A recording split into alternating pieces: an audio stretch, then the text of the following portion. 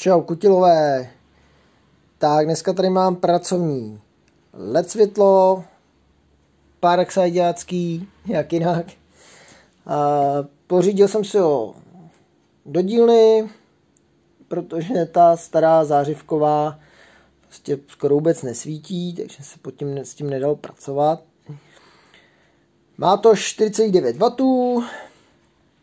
400 lumen, 5metrový kabel, si myslím, že je celkem jako dostačující.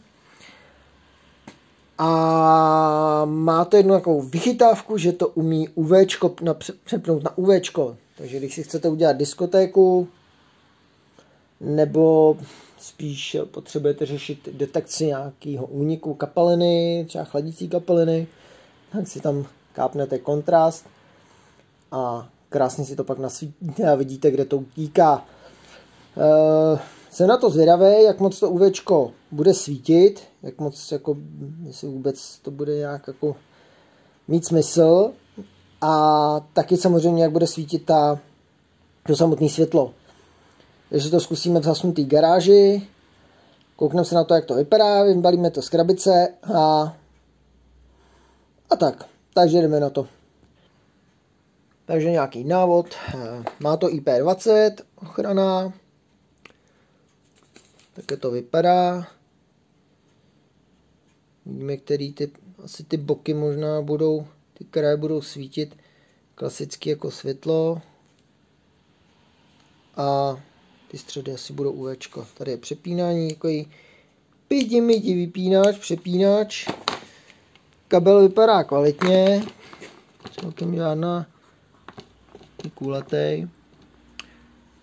Vypadá to dobře. Vypadá to dobře. Tak si to jdem rozsvítit. Tak celkem to svítí. Celkem dobrý, jako jo, dalo by se pod tím pracovat. Já teda ledky moc úplně nemusím, protože je to taký, přijde mi to takový slepý světlo, ale dobrý, jo, dalo se pod tím něco udělat. Tak a tady máme UVčko.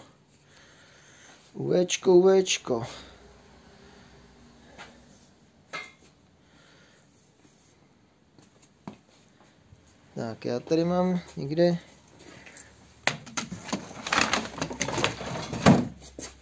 UVčkou kapalinu. Jo, jako jo.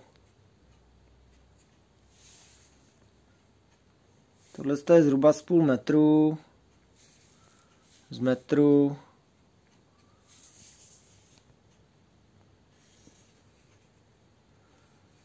Z nějakých 30 cm. Nasvícený.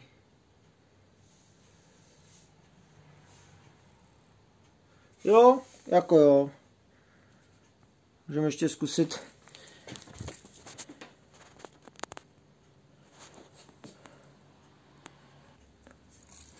Tak, tady máme ještě jednou to UVčko.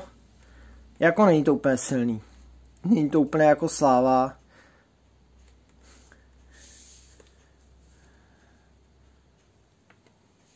Tady si můžeme pro představu ukázat klasická diodová svítilna. Jo, že ty diody jsou jako směrový, nemají rozptyl, tak opravdu svítí jako mega. Jo, to je opravdu mega rozdíl. Ale jako jo, dá se s tím nasvítit taky 2 v 1, jako proč ne? Tady pro ukázku to. Já nevím přesně, kolik těch diod tam je. Jo. Takže ten výkon tam je jiný samozřejmě, ale tak. Ale jo, jako není to špatný.